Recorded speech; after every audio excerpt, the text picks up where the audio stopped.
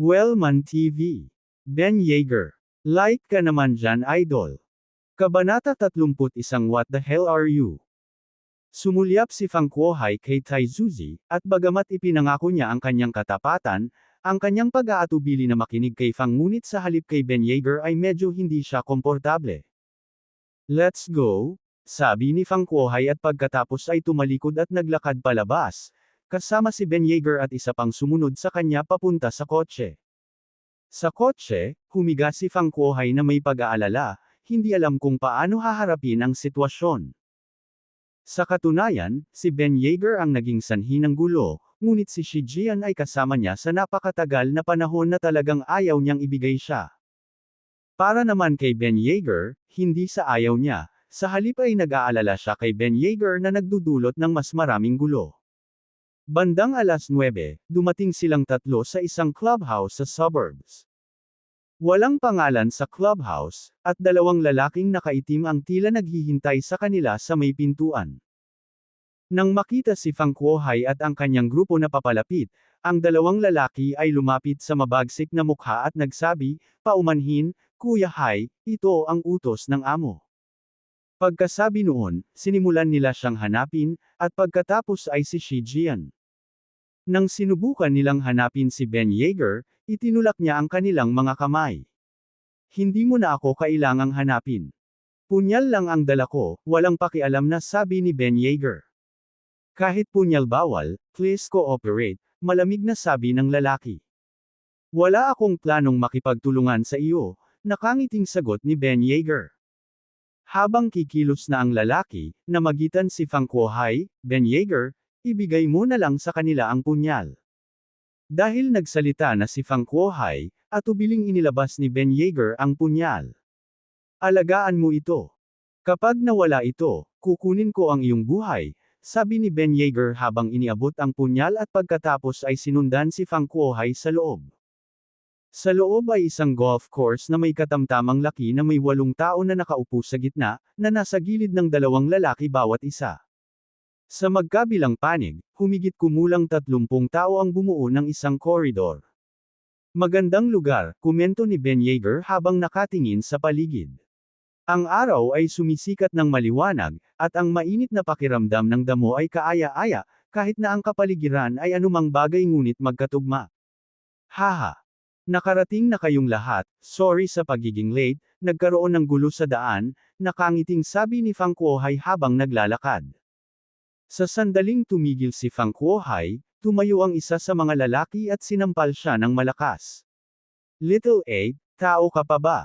Kahit anong mangyari, hindi mo dapat pinatay si third brother.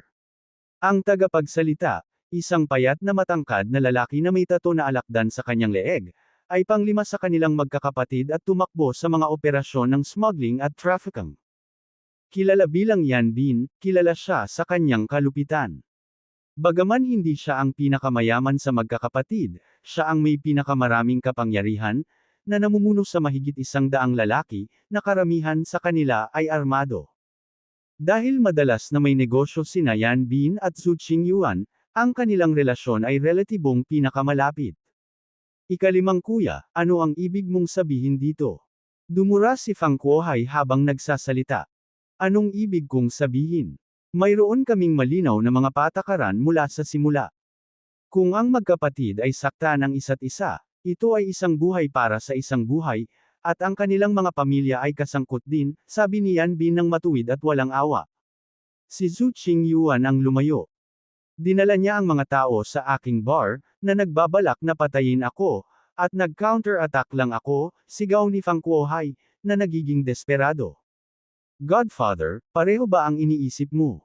Tanong ni Fang Kuohai habang nakatingin kay Sheng Wan Tao. Pinatay mo si third brother, ano ang masasabi ko? Kahit na may mga bagay na hindi perpekto kay third brother, kapatid mo pa rin siya, nanlilisik si Sheng Wan Tao habang nagsasalita. Noon lang, dalawang lalaki ang lumapit para agawin si Fang Kuohai. Nang makita ito, mabilis na tumalon si Shi Jian sa tabi ni Fang Kuohai at sinigawan ng dalawang lalaki, anong ginagawa ninyo? Biglang nagtagpo ang mga tao sa paligid, at biglang naging tense ang kapaligiran. Lahat sila ay tumingin kay Sheng Wan Tao, handang ibaba si Fang Kuohai sa kanyang utos. Ninong, ano pa ang hinihintay natin? Patayin mo na lang siya at tapusin mo na, sigaw ni Yan Bin. Ano ang mabuting na idudulot ng pagpatay sa kanya? I have an idea, how about we compensate ang mga boss dito? Pangalanan mo ang presyo. Sa ganoong paraan, lahat ay mananalo, biglang mungkahi ni Ben Yeager sa isang nakaka-relax na tono. Sino ka para magsalita dito? Umalis ka, sigaw ni Yan Bin. Mas mabuting bantayan mo ang iyong mga salita, o hindi mo malalaman kung paano ka mamamatay, sabi ni Ben Yeager na may malamig na tawa, na binigyan si Yan Bin ng malamig na titig. Pagpasok niya kanina ay nasuri na niya ng maigi ang sitwasyon. Mayroong 36 na tao na nakatayo sa magkabilang panig, na may 100 higit pang nagpapatrolya sa paligid. Kung may nangyaring hindi inaasahan, tiwala siyang kaya niyang iligtas ang sarili niya. Ano ka ba, papatayin kita? Inagaw ni Yan Bin ang isang baril mula sa isang tao, itinutok ito sa ulo ni Ben Yeager, nag-click sa kaligtasan, at mukhang babarilan na niya. Malamig na ngumuso si Ben Yeager sa kanyang sarili, pagkatapos ay mabilis na tinamaan ang palso ng isa pang lalaki, inagaw ang baril, at itinutok ito kay Yan Bin. Sa tingin mo kaya mo akong patayin? Mapang-asar na sabi ni Ben Yeager. Sa sandaling iyon, ang mga lalaking nakaitim sa kanilang paligid ay biglang bumunot ng kanilang mga baril at itinutok sila kay Ben Yeager. Agad namang tumalon ang dalawang lalaki sa harapan ni Yan Bin para protektahan siya. Ibaba ang baril, ibaba ang baril. Sigaw ng bodyguard ni Yan Bin kay Ben Yeager. Ang tensyon sa pinangyarihan ay umabot na sa puntong masira, handang sumabog sa karahasan. Huwag basta itutok ang baril sa isang tao, madali itong pumutok, nakangiting sabi ni Ben Yeager, pagkatapos ay ibinigay ang baril kay Fang Kuohai sa tabi niya. Bagamat may malaking impluwensya si Yan Bin, wala rito ang kanyang mga kapatid sa ngayon. Nakuha niya ang kanyang baril ngayon, siya ay pinagpawisan ng malamig, sa takot na si Ben Yeager ay maaaring mabaril. Ngayong ibinigay na ni Ben Yeager ang baril kay Fang Kuohai, nabawi ni Yan Bin ang ilang katapangan. Nakita niyo ba lahat yan? Maging ang mga tao sa panig ni Fang Kuohai ay nangangahas na gumawa ng gulo dito, Ninong, Amo, ano pa ang hinihintay mo? Sigaw ni Yan Bin. Sa kanilang mga mata, si Ben Yeager ay walang iba kundi isang bodyguard. Ang tanging dahilan kung bakit siya nang ahas na gawin iyon ay dahil mayroon siyang suporta kay Fang Kuohai. Kung makokontrol nila si Fang Kuohai, kung gayon si Ben Yeager ay walang dapat ikabahala. Si Fang Kuohai, masyadong, ay lihim na nagulat. Si Ben Yeager ay may lakas ng loob. Muntik na niyang mapatay ang sarili niya. Tumahimik ang lahat at itabi ang mga baril, biglang sigaw ni Sheng Wan Tao. Nang makita ito, ang mga lalaking nakaitim ay nagkatikip ng kanilang mga baril. Inabot din ni Fang Kuohai ang kanyang baril sa isa sa kanila at umupo. Binigyan ni Yan Bin si Ben Yeager ng masamang tingin at atubiling umupo. Sa kanyang puso, nagpasya siya, talagang kailangang harapin si Ben Yeager. Gaano man kahusay ang pakikitungo sa kanya ni Fang Kuohai, kailangan niyang mamatay. Sa kanyang puso, naglabas na siya ng death order para kay Ben Yeager. Gusto kong marinig ang opinyon ng lahat, ano sa palagay mo? Tumingin si Sheng Wan Tao sa iba. Maliban kay Yan Bin, na tumayo, ang iba ay tahimik lang na nakaupo, na parang walang kinalaman sa bagay na iyon. Ngayong humihingi ng opinyon ang matanda, lahat sila ay umubo at nag-iba ng poster. Hao Tian, ikaw ang nakatatandang kapatid nila. Mauna ka na. Ano ang dapat nating gawin sa sitwasyong ito? Tanong ni Sheng Wan Tao kay Wu Hao Tian. Si Wu Hao Tian ang nakatatandang kapatid sa kanila, kasalukuyang nagpapatakbo ng Yijing Real Estate Company, at siya ang pinakamayaman sa grupo.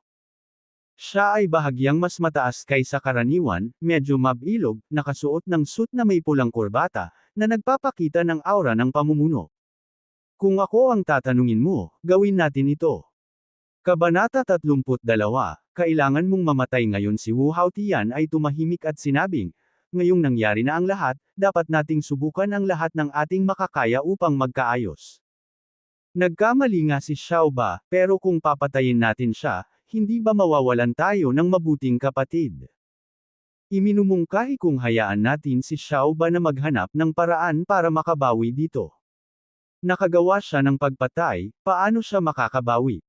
Kahit na may amends, hindi na mabubuhay si third brother, di ba? Galit na sabi ni Yan Bin na halatang hindi nasisiyahan sa sinabi ng kuya. Ano ang iyong mga iniisip? Tumingin si Sheng Wan Tao sa iba. Ang iba ay tumango bilang pagsang-ayon sa pananaw ni Wu Haotian.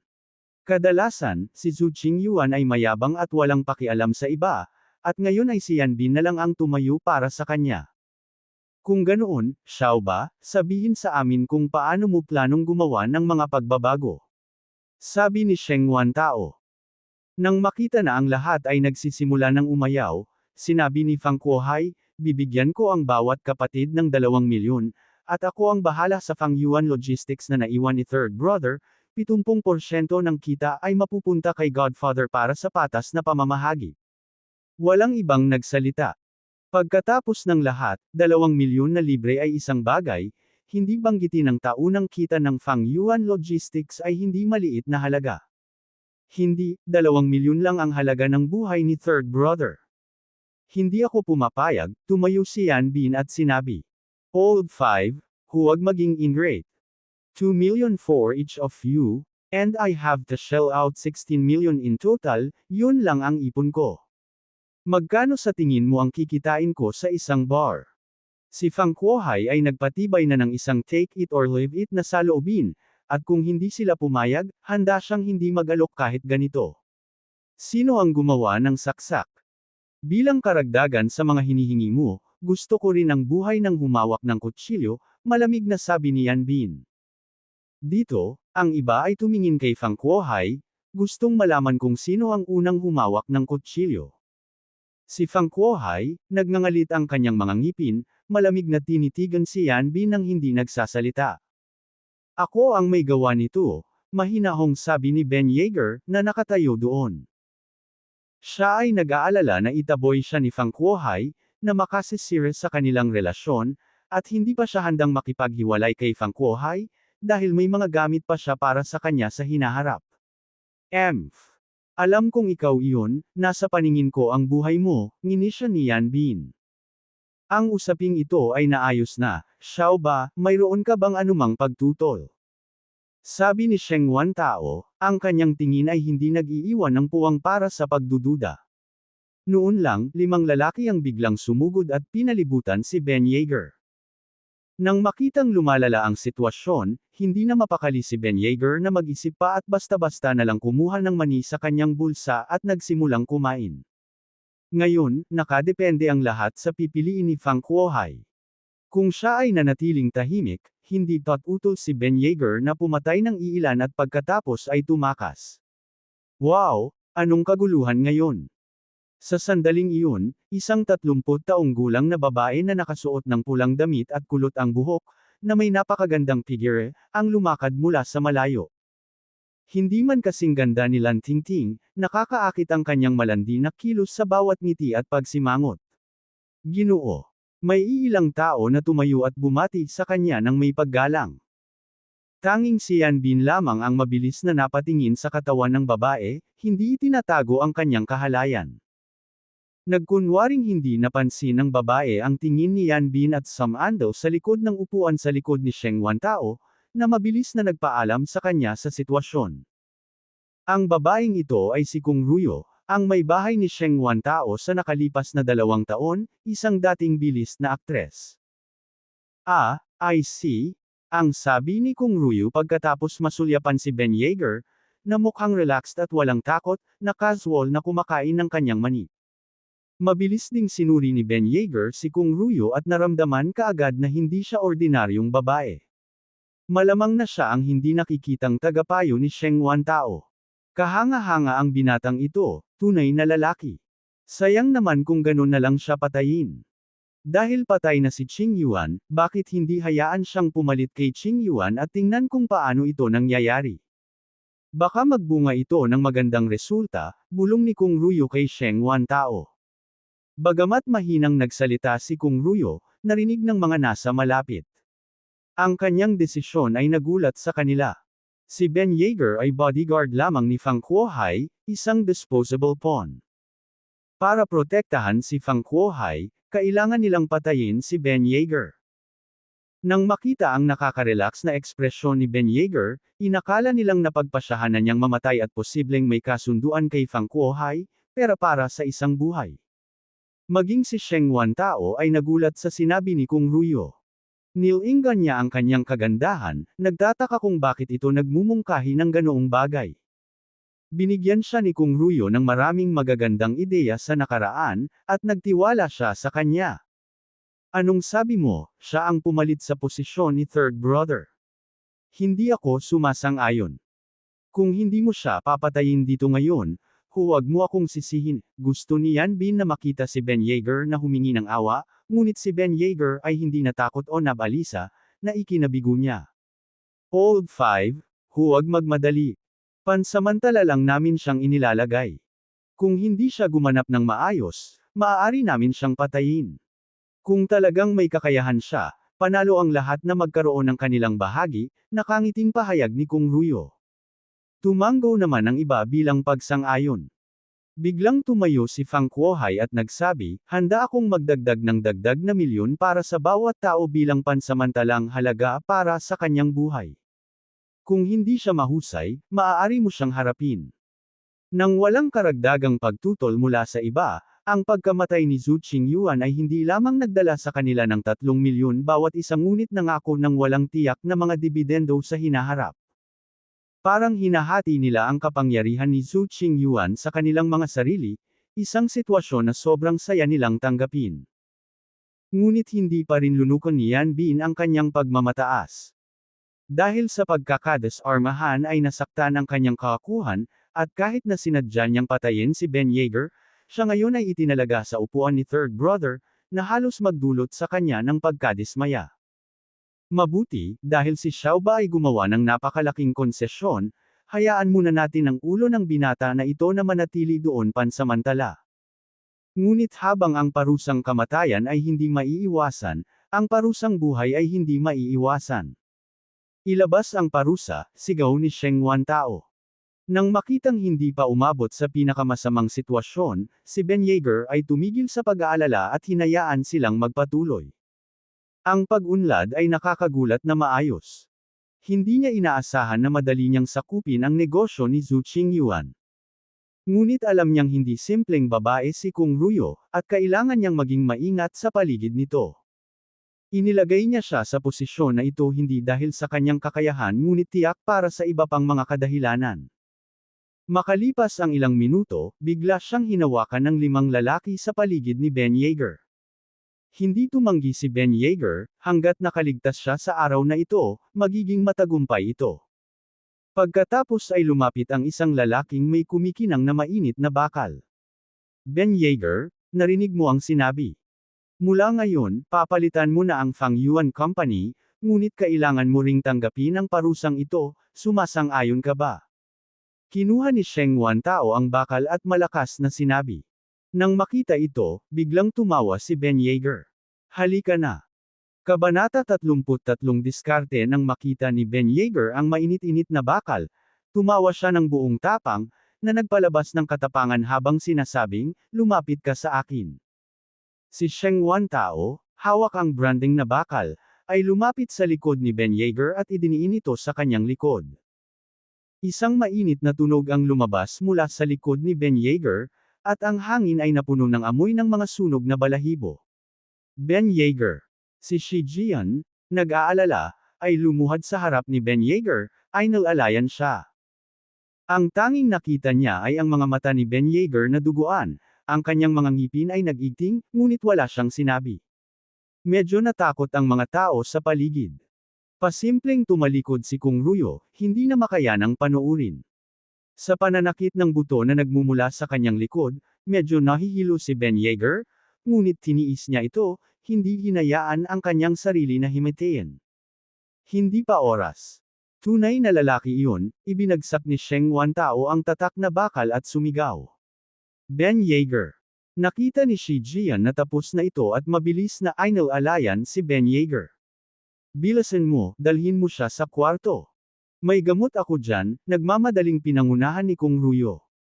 Sa sandaling si Ben Yeager ay tinulungan ni Shi Jian, narinig niyang sinabi ni Sheng Wantao sa malakas na boses na ang bagay na ito ay tapos na at walang sinuman ang pinahintulutang mag-uulit tungkol sa relasyon ni Zhu Qingyuan. Nang marinig ito, si Ben Yeager ay nagpakawala ng malamig na tawa at nawala ng malay. Hindi alam ni Ben Yeager kung gaano siya katagal na walang malay, ngunit nang magising siya, naramdaman niya ang malambot na kamay na humahaplos sa kanyang katawan. Sarap kilati nito, at nakahiga, ayaw niyang gumalaw, ninanamnam ang haplos. Dahil gising ka, itigil mo na ang pagpapanggap. Biglang umalangaw-ngaw ang isang mapanuksong tawa, at kasabay nito, naramdaman ni Ben Yeager ang pag-aapoy sa kanyang likod na naging dahilan upang hindi niya sinasadyang makahinga ng malalim ng malamig na hangin. Paglingon niya, nakita niya ang nakangiting mukha ni Kung Ruyo. Ang ganda ng ngiti niya para magpabilis ng tibok ng puso. Mabilis na tumingin si Ben Yeager sa paligid. No need to look, tayong dalawa lang ang nasa kwarto. Hindi darating ang matanda sa ganitong oras, sabi ni Kung Ruyo na tila nabasa ang nasa isip ni Ben Yeager. Salamat sa pagligtas sa akin, sabi ni Ben Yeager, nakahiga doon. Huwag mo akong pasalamatan. It was your own tough luck, but I did save you for a reason, sabi ni Kung Ruyo, marahang hinahaplos ang kanyang likod. Paano ko kayo haharapin? Si Ben Yeager, ang kanyang isip na gumagala, ay mabilis na inilipat ang kanyang atensyon. Kapag nandyan ang iba, maaari mo akong tawaging godmother. Ngayon, maaari mo akong tawaging sister, sabi ni Kung Ruyo, medyo lumapit kay Ben Yeager. Si Kung Ruyo ay nasa early 30s na, ngunit ang kanyang balat ay kasing lambot ng isang sanggol. Na parang naramdaman ang titig ni Ben Yeager, sadyang medyo hinayla ni Kung Ruyo ang kanyang palda. Ilang taon sa tingin mo ang hitsura ko ngayon? Nakangiting tanong ni Kung Ruyo. Sa ngayon, kamukha mo ang aking nakababatang kapatid na babae, tumawa si Ben Yeager at sinabi. Comfortable siyang nahiga sa kama at hindi maiwasang magtanong, ito ang kwarto mo, di ba? Ito ay, sabi ni Kung Ruyo. Pagkatapos ay humiga si Kung Ruyo sa kanyang gilid, umaagos ang kanyang tingin habang diretsyong nakatitig kay Ben Yeager. Sinalubong din ni Ben Yeager ang kanyang mga tingin ng hindi kumikibo. Mukha ba akong maganda? Biglang tanong ni Kung Ruyo. Guwapo, tumawa si Ben Yeager. Hindi mo naman ako maiisip. Pag-aari ko ang iyong amo. Kung may kumalabit sa akin, siguradong hindi siya bibitawan ng amo, wika ni Kung Ruyo habang nakahiga. Ang tono nito ay casual na parang nakikipag-usap sa isang matandang kaibigan. Humiga si Kung Ruyo, lumingon kay Ben Yeager, at magkadikit ang dalawa, nakikinig sa hininga ng isa't isa. Sabi mo hindi ako bibitawan ng amo, pero hindi ako kumbinsido, nakangiting sabi ni Ben Yeager. Pagkatapos ay tiningnan ni Kung Ruyo si Ben Yeager at sinabing, kung hindi mo ako hahawakan, syempre, wala siyang gagawin sa iyo. Hindi na nagsalita pa si Ben Yeager, nakahiga, iniisip ang susunod niyang gagawin. Napakaganda ba ng balat ni sister? Ma'am, talaga, tumanggaw si Ben Yeager at sinabi. Kung ganoon, may naiisip ka ba? Nakangiting tanong ni Kung Ruyo. Kailangang sabihin na tiyak na karanasan si Kung Ruyo. Nakakatukso ang bawat galaw niya. Oo, diretsyong sabi ni Ben Yeager. Alam niyang hindi basta-basta ang babaeng nasa harapan niya, at hindi rin siya mabait. Kung sakaling dumating ito, hindi siya makakaramdam ng kahit katiting na pagkakasala sa pakikitungo sa kanya. Ngunit, walang silbi ang pagkakaroon ng pag-iisip. Babae ako ng amo mo. If I tell him about this, you're done for, pang-aasar ni Kung Ruyo sabay ngiti ng malandi. Gagawin mo ba talaga iyon? Biglang umupo si Ben Yeager at tinitigan si Kung Ruyo. Ano ang pagsisisihan ko? Narinig ko ang tungkol sa iyo. Ang iyong pinakamalaking kalaban ngayon ay si Yan Bin. Kung hindi mo siya kayang hawakan, mas mabuti pang maghintay ka sa kamatayan, sabi ni Kung Ruyo habang tinutulak niya si Ben Yeager palayo at nakatayo sa malayo. Kung kaya mo talagang ibagsak si Yan Bin, Ituturing kitang tunay na lalaki, sabi ni Kung Ruyo. Ang ibig mong sabihin ay sumuko sa iyo, matandang monghe. Mas mabuti pang sumuko ka na, hindi na ako makapaghintay pa, tumawa si Ben Yeager. Imposible yan, pag-uusapan natin yan pagdating ng panahon. Isipin mo na lang muna. Kapag gumaling na ang likod mo, umalis ka ng mag-isa, sabi ni Kung Ruyo, na sinulyapan siya ng mapanlinlang na sulyap bago lumabas. Umupo ng tuwid si Ben Yeager, ang sakit na umaalab sa kanyang likod. Sa paghusga sa ugali ni Kung Ruyo, tila gusto niyang gamitin ang kanyang mga anteng-anteng upang hikayatin itong alisin si Yan Bin para sa kanya. Hindi niya alam kung paano nalampasan ni Yan Bin ang babaeng ito, ngunit sa pagtingin sa kasalukuyang sitwasyon, naitakda na ang awayan ni Ben Yeager kay Yan Bin. Kahit na hindi siya sundan ni Ben Yeager, siya mismo ang susando kay Ben Yeager. Mukhang gagawa siya ng pabor kay Kung Ruyo, ngunit kailangan niyang mag-ingat sa nakakatakot na babaeng ito sa hinaharap, naisip ni Ben Yeager sa kanyang sarili. Ang paraan ng pagtingin niya sa kanya ngayon ay mag-iiwan sa kanya ng impresyon ng isang lecher, na pinaniniwalaan siyang isa lamang itong walang ingat at tanga. Bumangon siya sa kama, hinanap niya ang kanyang damit at nagbihis.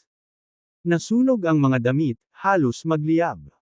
Sa kabutihang palad, ang butas ay nasa tamang lugar upang maiwasan ang kanyang mga sugat, na ginagawang mas masakit. Aalis na sana siya, tumawag si Shi Jian. Gising ka na pala. Bumalik ka agad. Kailangan ka pa namin dito. Kabanata 34, Pagpili ng mga panig na tumutukoy sa Kapalaran 34, Kabanata 34, Pagpili ng mga panig na nagpapasya sa kapalaran. Kalalabas lang ni Ben Yeager sa pinto nang tumawag si Shi Jian. Paggising mo, bumalik ka na, kailangan ka pa rin namin dito. May konsensya ka ba, natutulog ba talaga ako? Nawalan ako ng malay, okay. Sigaw ni Ben Yeager. Pagdating sa bar, nakita niya ang maraming tao na nakatayo sa loob, pawang mga subordinate ni Fang Kuo-hai. Nang makita nila si Ben Yeager na papasok, lahat sila ay tumingin sa kanya na may paghanga sa kanilang mga mata. Kuya Yu, Kuya Yu. Ngumiti lang si Ben Yeager at tumanggo sa kanila, saka dumiretso sa itaas. Nang marating niya ang malaking opisina sa ikalawang palapag, naroon sina Fang Kuo-hai, Shi Jian, at ilang manager. Sa wakas nakabalik ka na, sabi ni Fang Kuo-hai, tumayo at tumatawa. Nakahanap si Ben Yeager ng lugar na mauupuan, kasama si Shi Jian na nakaupo sa tabi niya. Ngayong bumalik si Ben Yeager, pag-usapan natin ang mga plano natin sa hinaharap. Nangako tayo sa bawat isa sa kanila ng 3 milyon, sa kasalukuyan ay maaari tayong maglagay ng 20 milyon ngunit kulang ng 400,000. Lahat kayo nag-iisip ng paraan, sabi ni Fang Kuo-hai. Napayuko naman ang iba pagkarinig nito. Pagkatapos ng lahat, ang 400,000 ay hindi isang maliit na halaga para sa isang individual, at hindi sila handang isawsaw ang kanilang mga ipon para dito. Mayroon akong 100,000, sumimangot si Shi Jian at sinabi, bagamat alam niyang hindi gaanong makakatulong ang 100,000, iyon lang ang kanyang ipon. Ano naman sa inyo? Tumingin si Fang Kuo-hai sa iba. Ang iba ay mga tagapamahala ng bar at humigop ng higit sa 100,000 mula doon. Mayroon akong 200,000. Mayroon din akong 200,000. Nang makita si Fang Kuo-hai na nakatingin sa kanila, wala silang masabi at tanging 200,000 lang ang maibibigay nila, na parang isang maliit na bagay sa kanila. Nang makita silang ganito, malinaw na nadismaya si Fang Kuo-hai. Magkasama, hindi man lang sila kumikita ng 1 milyon. Walang magawa siyang umiling, ang natitirang 300,000, kailangan kong humiram sa ilang mga kaibigan. Umupo roon si Ben Yeager nang hindi nagsasalita. Tahimik lang siyang nakatingin sa lahat. Talagang maalalahanin si Fang Kuo-hai. Ang kakayahang mag-alok ng dagdag na milyon bawat isa upang pangalagaan ang buhay ni Ben Yeager ay nagpakita ng kanyang katapatan, anuman ang kanyang mga dahilan. Ako na mismo ang hahawak sa natitirang 3 milyon, huwag kang mag-alala, mahinahong sabi ni Ben Yeager. Ikaw. Saan ka kukuha ng pera? Sira ka na, iritadong sagot ni Shi Jian. Noong unang dumating si Ben Yeager, nakasuot lang siya ng simpleng tracksuit, hindi man lang mukhang mayaman. Wala sa iyong pag-aalala. Mayroon akong paraan, sabi ni Ben Yeager. Tumingin si Fang Kuohai kay Ben Yeager, puno ng kumpiyansa, pagkatapos ay tumango, sige, dahil sinabi ni Ben Yeager, hayaan mo siyang hawakan ito. Kung talagang matigas, iba ang iisipin natin. Biglang napagtanto ni Fang Kuohai na talagang hindi nila lubos na kilala si Ben Yeager. Pag-usapan natin ang susunod na issue. Ben Yeager, ngayon ay papalitan mo na ang Fang Yuan Logistics. Gulong-gulo ang kumpanya, umalis na lahat ang mga tao ng nakababatang kapatid. Ano ang iyong mga plano? Nag-aalalang tanong ni Fang Kuohai. Walang plano, pupunta muna ako at tingnan ang sitwasyon, walang pakialam na sabi ni Ben Yeager.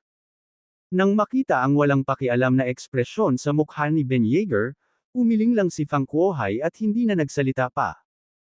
Akala niya ay napakabata pa ni Ben Yeager, tanging ang alam lamang kung paano lutisin ang mga problema gamit ang puwersa. Kailangan niyang maunawaan na hindi lahat ng problema ay malulutas sa ganoong paraan. Paano ito? Ipapadala ko ang ilan sa ating mga tao upang tulungan ka sa simula, mungkahi ni Fang Kuohai. Hindi uubra yan kuya. Kung ililipat sila, paano ang seguridad dito? Mabilis na tumutol si Shi Jian. Huwag mag-alala, ito ay magiging ligtas dito sa ngayon, kumpiyansang sabi ni Fang Kuohai. Sa mga tagalabas, si Ben Yeager ang kanyang bodyguard. Bagamat naging boss na si Ben Yeager, siya pa rin ang tao ni Fang Kuohai. Kung may gustong puntiryahin si Fang Kuohai, tiyak na magsisimula sila kay Ben Yeager.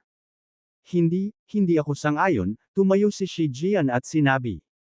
Tumingin si Fang Kuohai kay Ben Yeager, na nakaupo roon nang hindi gumagalaw. He chuckled and stood up. How about this? Let's see what our brothers thinks. Kung handa silang pumunta, pupunta sila. Kung gusto nilang mananatili sila. Sabi ni Fang Kuohai habang naglalakad palabas.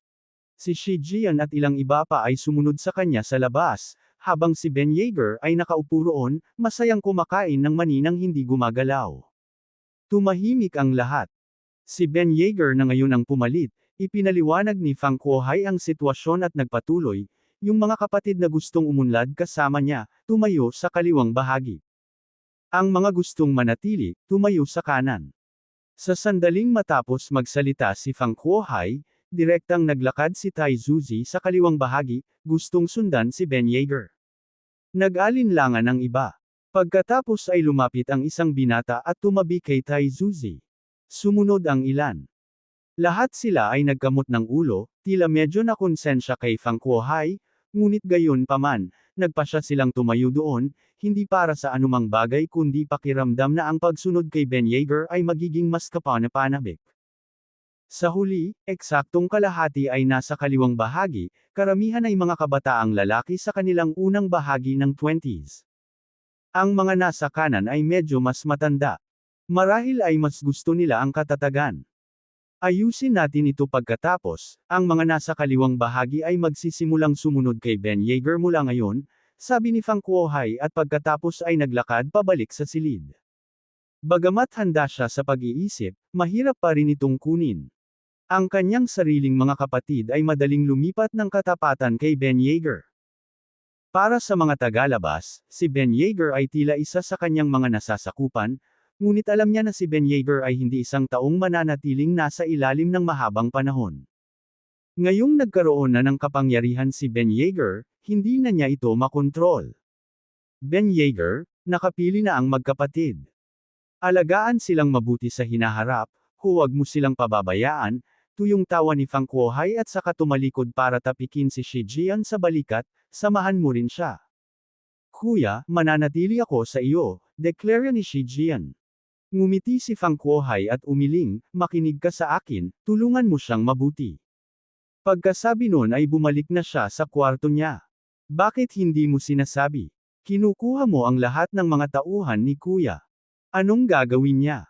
Tumayo si Shi Jian sa harap ni Ben Yeager at sumigaw. Tumayo si Ben Yeager, nag-inat ng tamad, at hindi siya pinansin, naglalakad patungo sa labas. Ikaw. Pilit na hinawakan ni Shi Jian ang balikat ni Ben Yeager.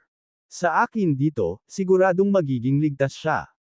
Kung wala ako, mapapawi siya sa lalong madaling panahon. Biglang tumalikod si Ben Yeager na may time na ekspresyon, pagkatapos ay binitawan ang kamay ni Shi Jian at naglakad palabas. Sa labas, mayroong 16 na tao sa unang palapag, kasama ang matangkad at makapangyarihang Tai Zuzi sa unahan. Kuya! Nang makitang lumabas si Ben Yeager, sabay-sabay silang sumigaw. Tumango si Ben Yeager, tumingin sa karamihan, at sinabing, gusto ninyong sundan ako. Oo. Mariing sabi ng mga tao.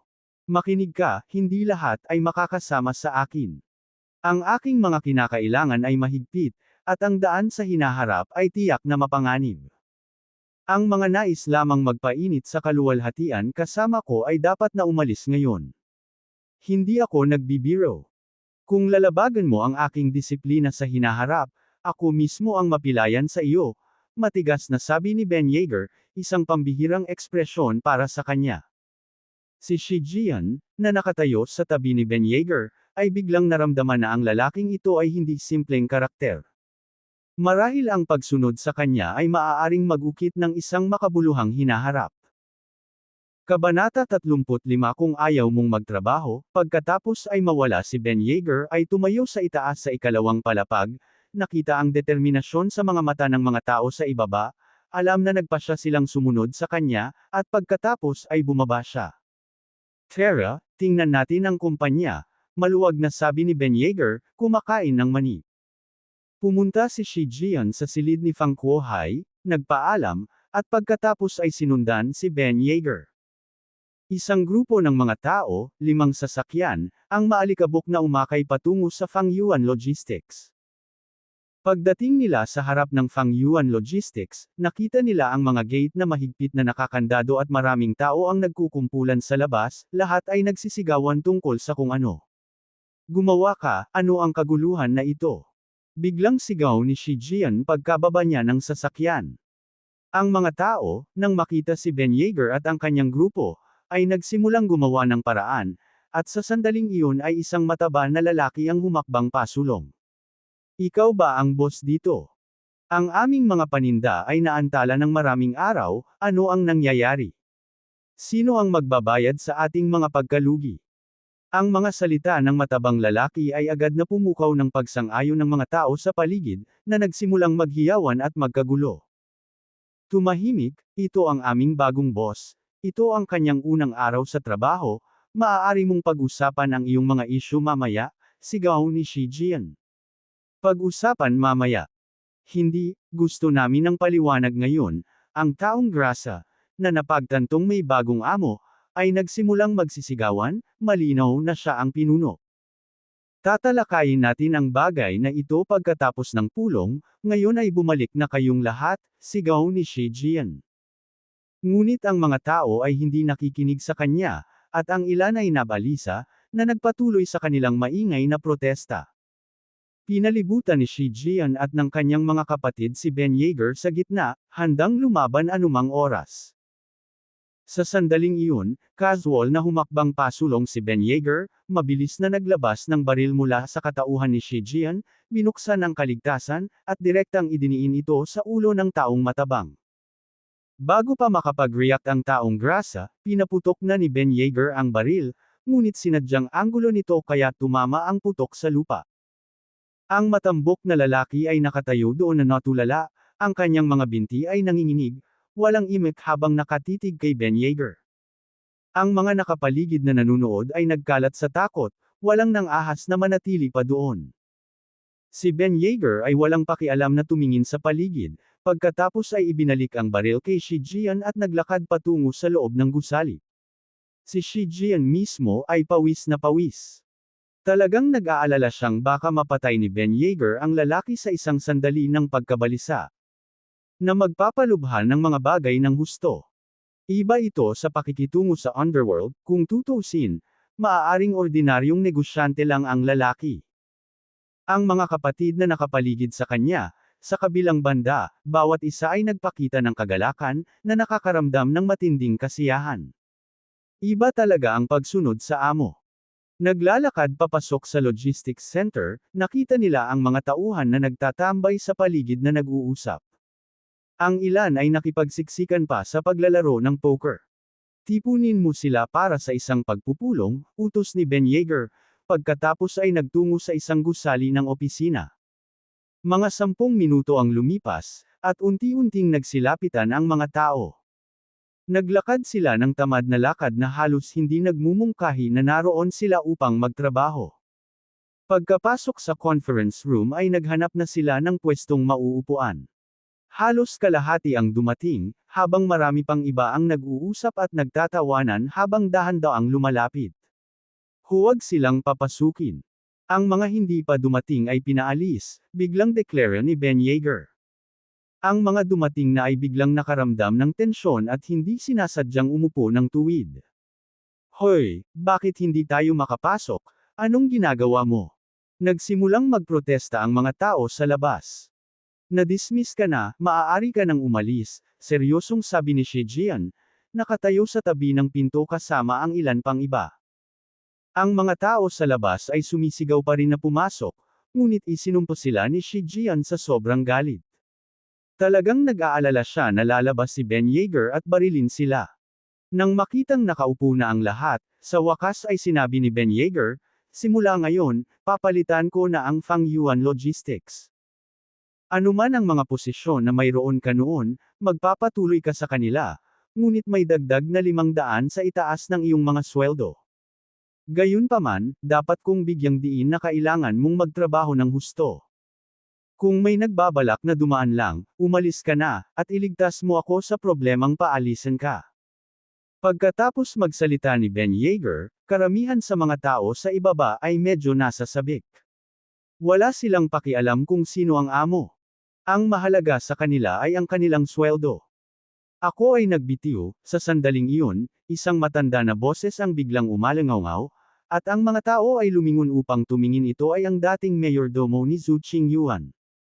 Ang lalaking ito, na pinangalanang Ma Qiang, ay sumunod kay Zhu Qingyuan mula pa sa simula ng kanyang karera.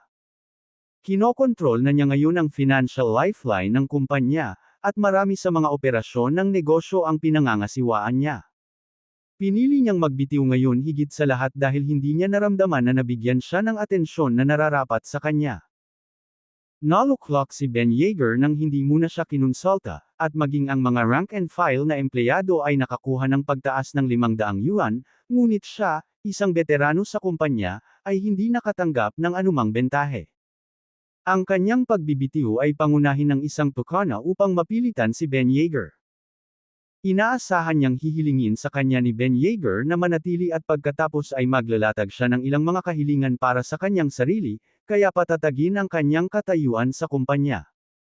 Ngunit hindi niya pinansin ang isang bagay, si Ben Yeager ay hindi isang taong madaling mabantaan. Bakit ka nagre-resign? Tanong ni Ben Yeager, nakatingin sa kanya.